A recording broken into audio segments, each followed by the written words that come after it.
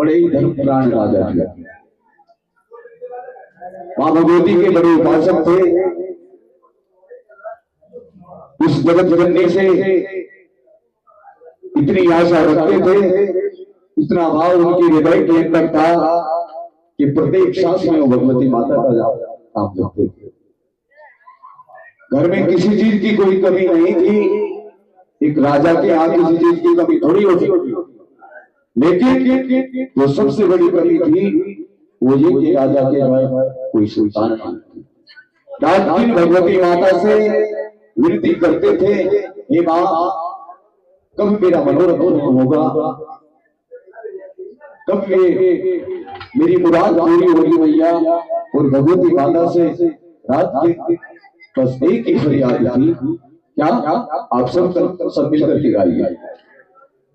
तेरे लाल मैया तेरा क्या घट जाएगा,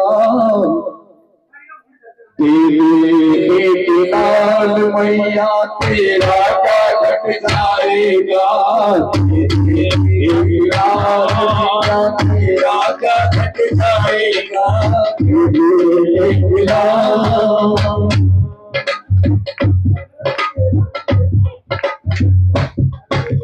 दिया तूने उसको सहारा माँ जो तेरे पे आया है,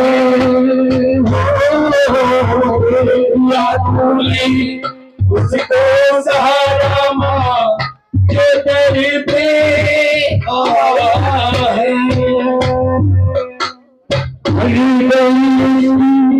जो हुई बड़ी खाली तेरे पे आया है,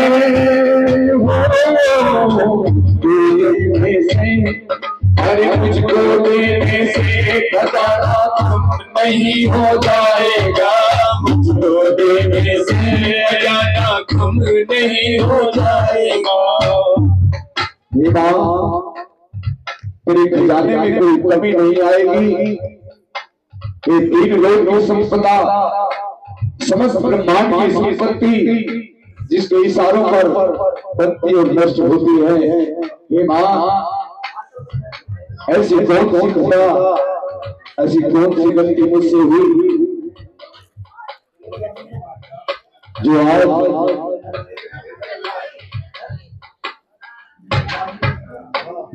मैं तुम्हें याद करते हुए भी, तुम्हारा नाम जप करते हुए भी मेरी अंतरात्मा में इतनी उदासी है। तो एक दिन मां भगवती ने कहा, स्वप्न में आकर के राजा स्पर्श को दर्शन दिया और कहा कि राजा,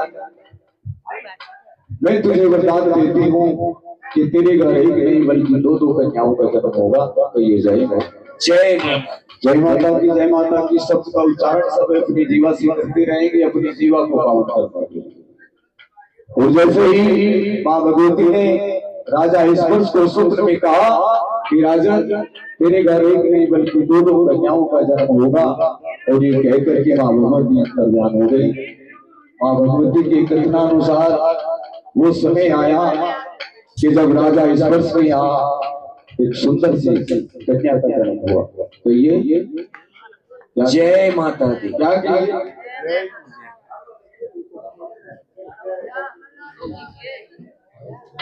तो ये जय माता, जय माता दी। राजा स्पर्श में यहाँ जब उस कन्या का जन्म हुआ तो पंडित लोगों को बुलाया, ज्योतिषियों को बुलाया और बुला करके विनती की कि मेरे घर ये जो कन्या जन्मी है, आप इसकी जन्म कुंडली तैयार कीजिए, इसका नामकरण संस्कार कीजिए। तो ये जय माता दी। जैसे ही पंडित लोग उस कन्या का नामकरण करने लगे, जन्म कुंडली तैयार करने लगे, तो चेहरा खुशी से खिल उठा और कहा कि राजा, ये कन्या जो आपके घर जन्मी है, ये बड़ी भाग्यवान कन्या, ये आपके नाम को, आपके यश को, आपकी कीर्ति को इस संसार में सदा सदा के लिए अमर कर देगी। ऐसी भागवान कन्या आपके घर जन्मी है। ये जय माता। माँ भगवती के कथनानुसार वो समय भी आया जब राजा स्पर्श की यहाँ दूसरी कन्या का जन्म हुआ और राजा ने पहले की भांति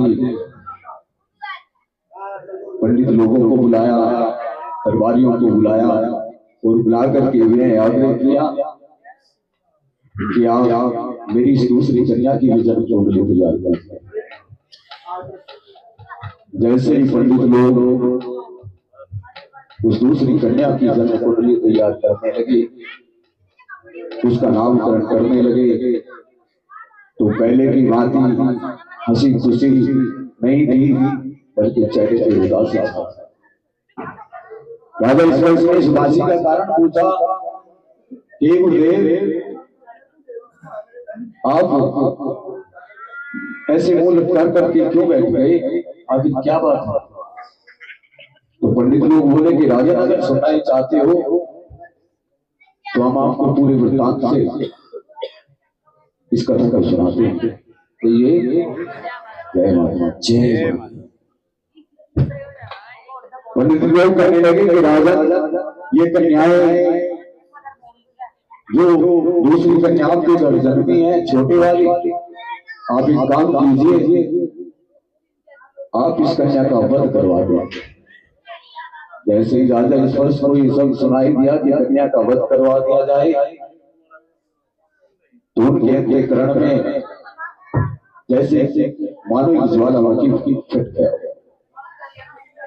वे फटी आंखों से पंडित लोगों की तरफ देखते रहे और बोलने की कुछ हिम्मत न कर सके। हे गुरुदेव, आप क्या कह रहे हैं? जो कन्या अभी मेरे घर जन्मी है, मैं उसका वध कैसे कर सकता हूं? तो पंडित लोग बोले कि राजा, अगर आप इसका दोष जानना चाहते हैं तो सुनो सुनो सुनो, ये जो दोनों कन्याएं आपके घर जन्मी हैं, ये राजा इंद्र के यहाँ नृत्य किया करते थे दोनों।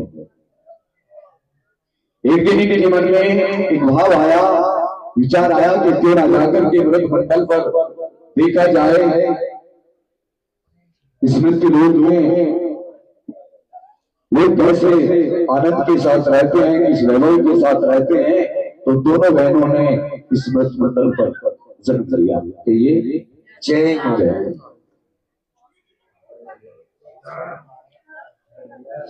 जन्म लिया। तो आज के दोनों बहनों ने एकादशी का पावन व्रत रखा।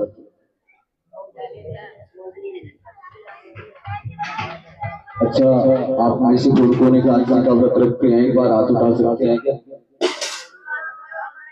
केवल ये माता जी रखते हैं, दुआ दुआ इतनी सुविधा। चलो करो।